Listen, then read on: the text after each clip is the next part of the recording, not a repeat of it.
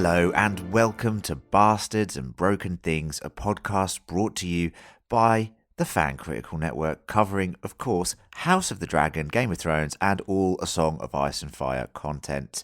We gather weekly as a small council to discuss every episode in great detail, but before we do that, I enlist the help of my trusty squire, also my cupbearer, private hero, and a potential knight in the making.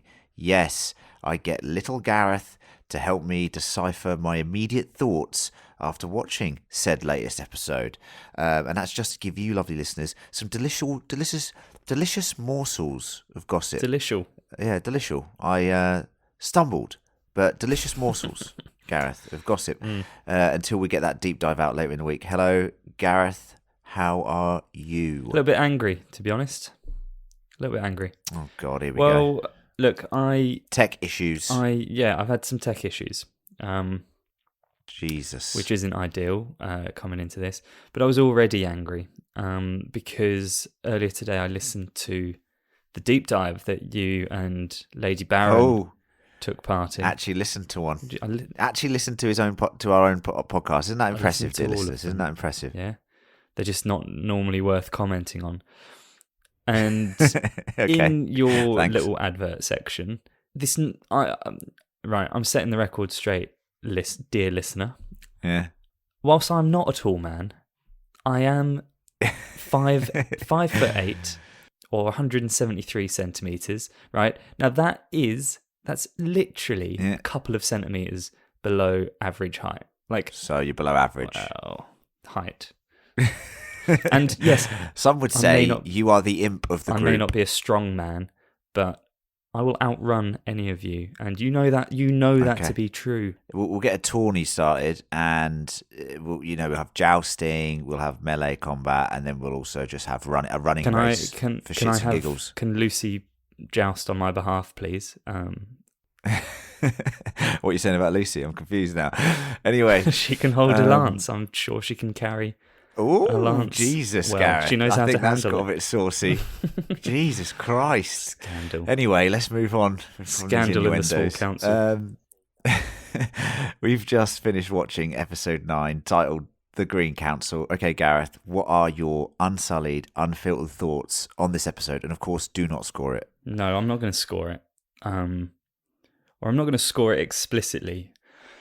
I feel like maybe in my tone a score will be implied. I found this a really disappointing episode.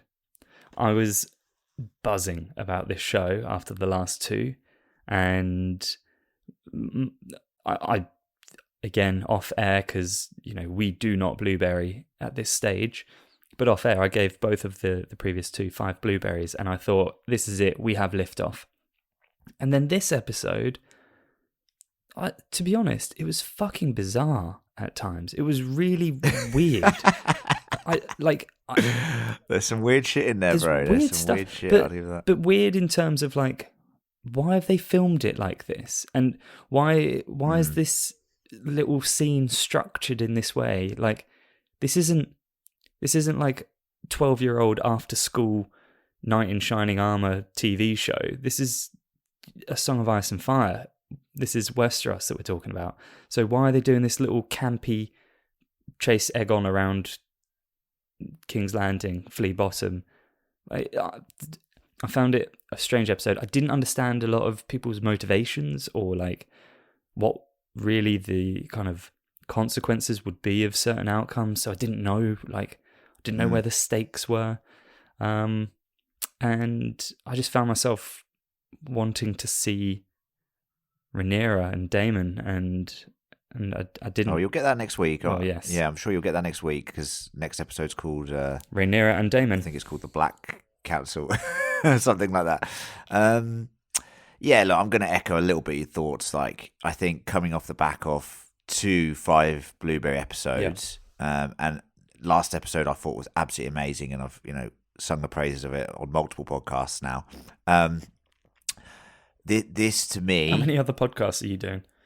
Yeah. Ooh, well, cheating on you with more podcasts, aren't I? No, definitely not. But if you do want me to appear on your podcast, go to. No, I'm joking. Seriously. No, genuinely, I'm disappointed a little bit as a book reader. Now, look, I still think that the episode is decent. I think it's not the worst episode of the season. I think it is. There's a couple. Well, that's interesting. I think there's a couple of things in there from a book reader's perspective where I'm just a bit like, what the fuck is going on here? Like, there's a couple of decisions which we'll get onto maybe in the hot take here and in the deep dive where I'm like, this makes no sense to me. Right. And I think the character of Alicent is a big problem at the moment.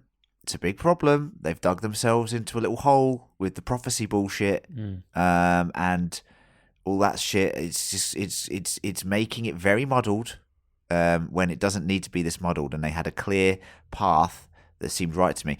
But before we go on to that, I just want to say I did actually still enjoy the episode. Like, I was still not on the edge of my seat, but I was still sat there, like, properly engaged in it. I think the next episode, and this is just my prediction here, Gareth, from the hot take. The next episode, I've seen the preview. Fuck me, it's going to be fire if some of the stuff happens that happens in the book.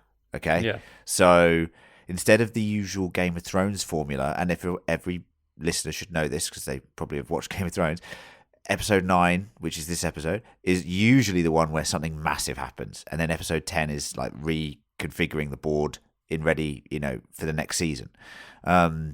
It feels like this next episode for me is going to be the one where it's like, oh my god, like that's going to be that episode. So it's interesting. Hot take one, Gareth, and I thought I'd start us off with a sort of jovial, light-hearted take. I'm going to start with a weird one. All right, hot take one. Has the show gone too far that it has made Laris, aka Clubfoot, aka Sasquatch, aka Bigfoot, he's got a fucking foot fetish, yeah, and he's bribing Alicent, to allow him to wank off to her pristine feet while she sat there.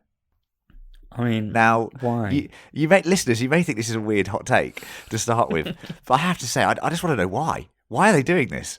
Like, it's not in the books. I don't think it's in the books. Correct me if I'm wrong. It feels like a really fucking bizarre thing to add into the show. Like, a really fucking bizarre thing. Like, I don't get it. What I find really interesting is that of the entire 57 minutes duration, that's the first thing that you pick out. Interesting. Yeah. That's interesting, that. Yeah. I'll I just thought it was bizarre. I literally, at that point in the episode, I was just like, what? And then I was like, what? It's too on the nose, isn't it? He's got a fucked up foot, so he gets aroused by that. No, but I don't get it. Do you know what it is? Do you know what I think? It's this like attempt to make him just super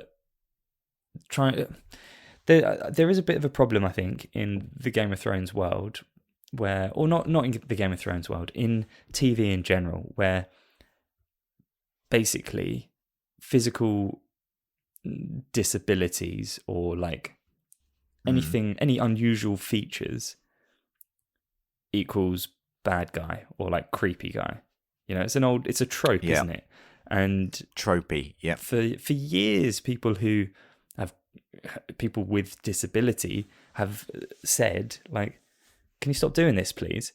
I reckon this is an attempt to like add more to this character, to be like, look, not only is he disabled, but also he's got this weird sexual fetish. Isn't he a strange guy? Don't we hate him? Isn't he creepy? It's like, come on, mate, let him be what he's into. It's weird, but do I care? Do I need to see it? Are we going to see what everybody's fetish is across the Red Keep? I don't think so. Unnecessary. It is. Look, and the thing is, Laris is a very complicated character. And actually, I'm rewatching Game of Thrones at the moment, and just in season 1, and getting reintroduced to Littlefinger and Varys' relationship. This essentially is how the Master of Whispers role is created for the small council. It's around about this time, and as you can see, like, Laris is essentially saying, "Hey, we need someone on the council who's doing this sort of thing. So it's interesting to see the sort of creation of that role, because it doesn't exist on the small council at the moment. But anyway, that whole thing was fucking weird. I don't know. It was just was bizarre to me. What a bizarre addition. Strange thing. I mean, it's already a very complicated story. Don't get me wrong. They've already sort of shrunk stuff down, like some ancillary characters and stuff, because it gets mental, Gareth. There's a lot going on in the Dance of Dragons. It just felt weird to add that in, and it added nothing to me. It really was just like bizarre. Anyway, your hot take 2, please. Oh yeah, hot take number 2. I've got to bring some of my own. Yeah, please do. Hot take 2. Bring them on down. Okay. All right. I've already foreshadowed this, but I was confused in this episode at times. I didn't know what people were trying to achieve, and the biggest example of that was the little mini episode of Where's Aegon? Where's Aegon gone? Where's the egg? Where's the egg? Like, I don't understand what Eric or Arik, whichever one of it was, and Crispin were fighting about. I don't know. I was like, why has this happened? And then he was like, where's your brother? And his brother's just standing there like, I do not approve. Yeah, it's very muddled. I think... Please explain. Okay.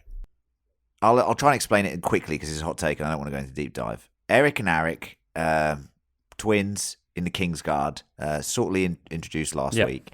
They have opposing views on what should be done. One obviously is going to be Team Black and one is obviously going to be Team Green at this stage. And they tried to show you that throughout the episode, but they did not do a good job. I think they had one conversation where he's like, look what he likes coming down here and looking at these kids fighting that, and that's really bad. But it's our duty to protect him, says Sir Arik or whatever. So there's that. They're trying to find Aegon. Otto and Alicent are actually competing against each other here.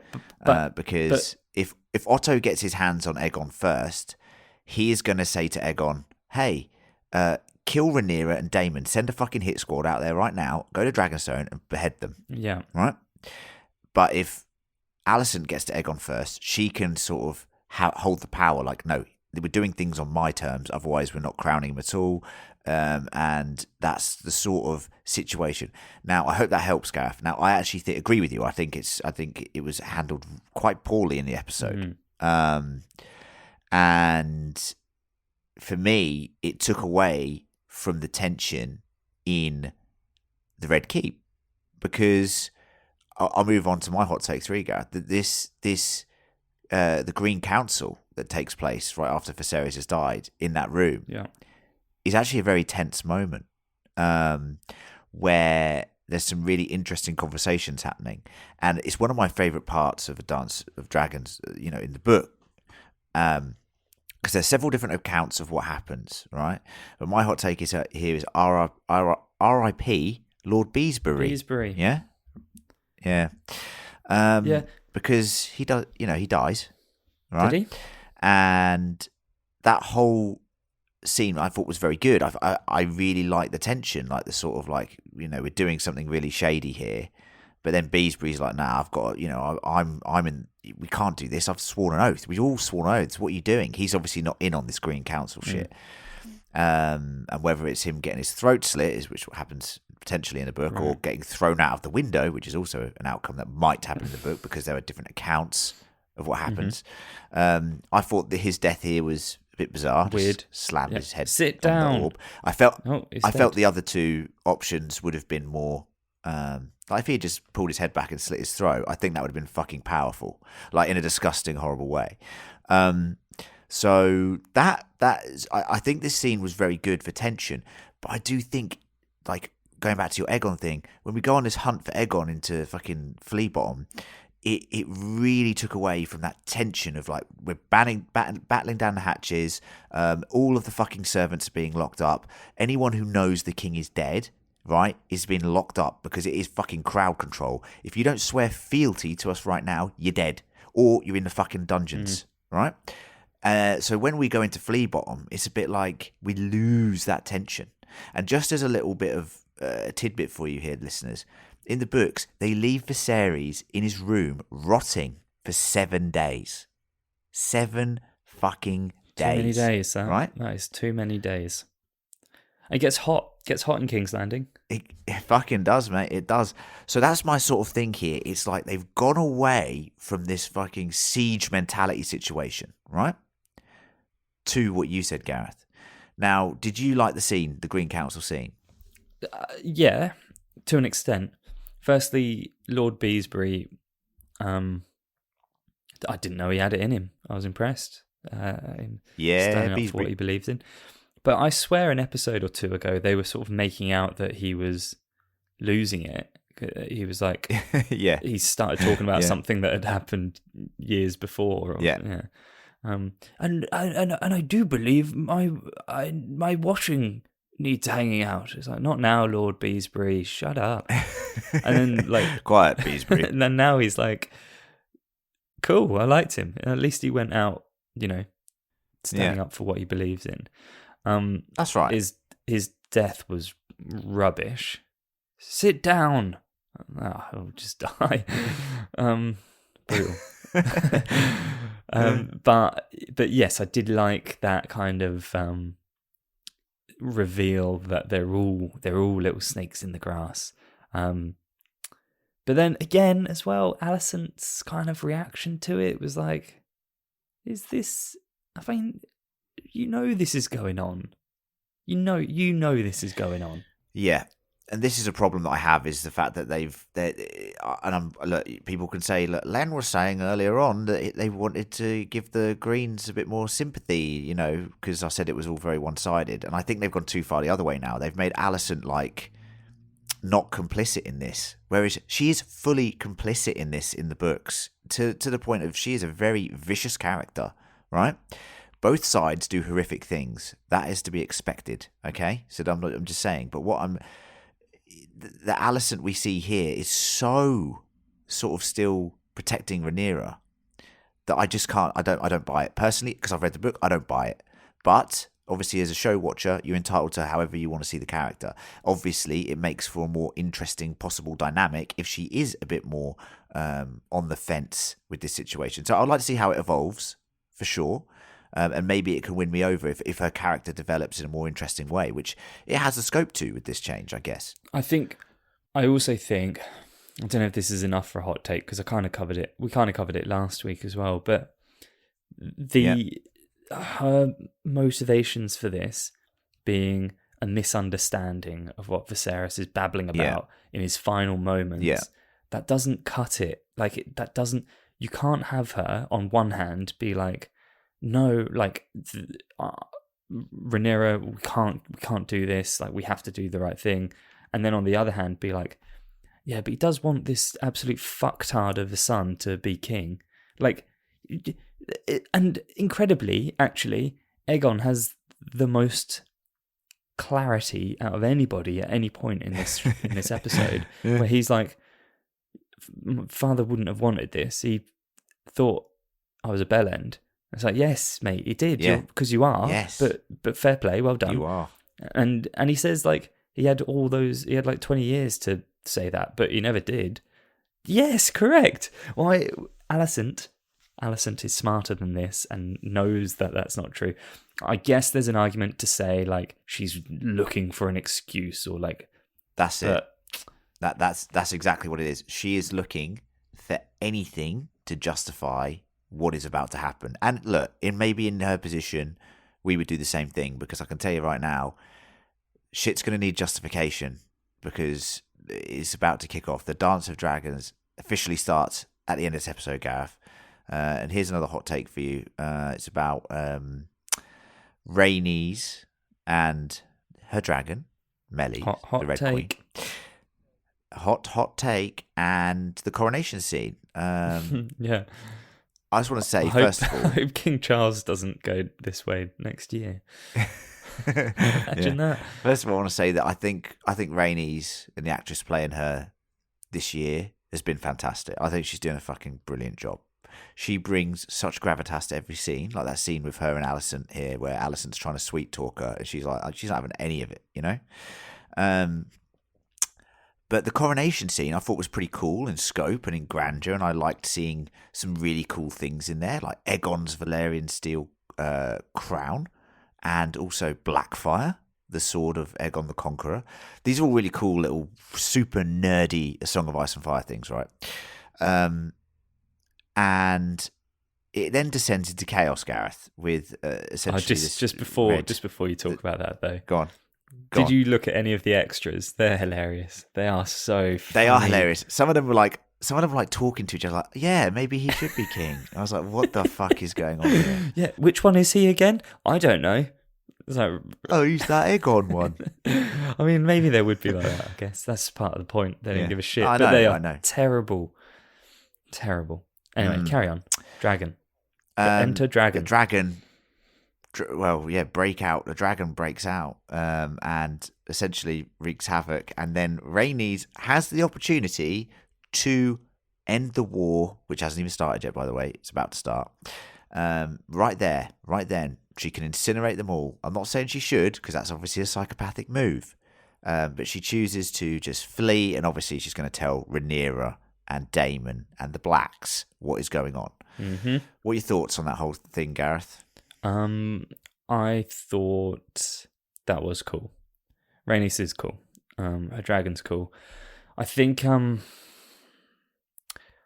I think it's one of those things that, because we know where the story's going, like we know that this is going to result in war, it's very easy to say, like, why didn't you just kill them all? But in reality, in that moment, it's like if we went back in time and had the opportunity to get rid of Hitler, maybe you would, maybe you wouldn't, because it's hard if he's a little baby, like that's tough. But you know how many lives you're going to save, but that's right, you're still going to have to kill somebody.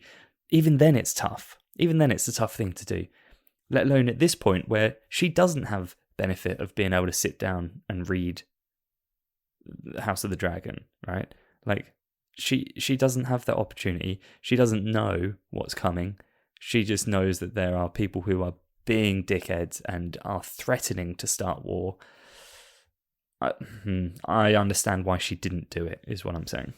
Yeah, she's not mad. Like, let's put it this way: if it was fucking Aemond on top of that dragon, he burns them all to a fucking piece of ash. You know what I'm saying? But it's not. It's Rhaenys. She's a lot more measured. She's smart, and she's not a killer like that. So I understand her as a character. I understand her motivations. She's like, let's get back, tell Rhaenyra. But all I'm saying is, shit's gonna go down where tens of thousands of people are gonna die, and and when you look back at these moments, it's just like, oh god. This is also a fictional moment. It doesn't happen in the books, so they've made it more dramatic, which I actually think causes a problem here, which is what I'm talking about. I also thought, side note, the CG was terrible. Thoughts? I've been watching Rings of Power, man. Yeah, I mean, okay. my whole bar is just set on a whole new level. For CG now. Maybe it was, which is bad. Maybe it was. I can't. The dragon looked good, but the rubble and the smoke effect, yeah, I was like, wow, that is not great. Yeah. It didn't strike me at the time, but now that you say that, I'm thinking back, I think I know what you mean. Yeah, a little bit. It does concern me, considering the next couple of seasons are CG heavy. We're going to have dragons fighting dragons. Hope they paid for the premium Windows movie player. Well, maybe next week we'll have some better CG, maybe some big moments coming up. Who knows? I know. Yeah, you know, and you keep telling us exactly what's going to happen. So no, never. Wink, wink. But no, seriously. Let's end it here, because this has run almost as long as our longest hot take, which I will not let happen. Not on my watch, this episode, because we've got a deep dive. We've got a deep dive to do. But overall, I would say our thoughts are that this episode is not as good as the previous two. And I would say that there's a couple of things in here which slightly worry us. However, we still had a good time. And that's what it's about. We still had a good time, having a good time talking about it, and having a lot of fun. Okay? Yeah. So that's it. Hot take. Done. Hot take. Done. Done. Thank you, Sir Gareth. Thank you very much, mate. Might see you on the deep dive. Don't know if you're available this week. I'll check your diary. Tough. Yeah. Tough. So Busy we'll man. see. We'll busy see. running If races, not- winning races. So If not, the others will be here, so don't worry, dear listeners. Anyway, catch you all on the next one. Yeah, of course, by the way, write in to us, fancriticalpodcast@gmail.com. We do the feedback in the feedback section of the main podcast. That's fancriticalpodcast@gmail.com with your thoughts on the episode or the podcast or whatever you like. And that is it. Thanks to Gareth. thanks, mate. I'm your host, Ser Len. See you on the deep dive in a few days' time.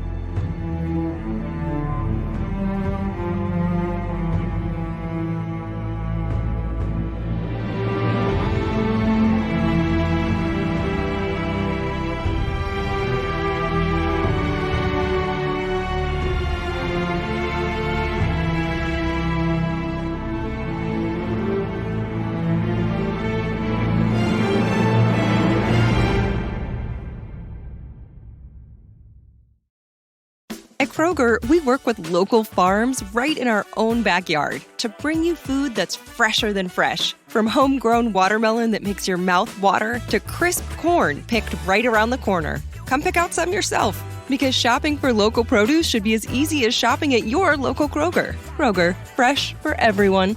And now, shop what you love and save $2 on each participating item when you buy 3 or more with your card. Kroger, fresh for everyone. There you are in the great wide open when you hear it. Dinner time. When you're hungry, you're not going to let 5,000 feet of mountain get in your way. And if they try, that's what Kia's lineup of exceptionally capable SUVs with available all-wheel drive is for. The Telluride, Sorento, Sportage, and Seltos are how you know we take this pretty seriously. The SUVs and the dinner. Hurry into your local Kia dealer today. Kia, movement that inspires. Visit kia.com for details. Always drive safely.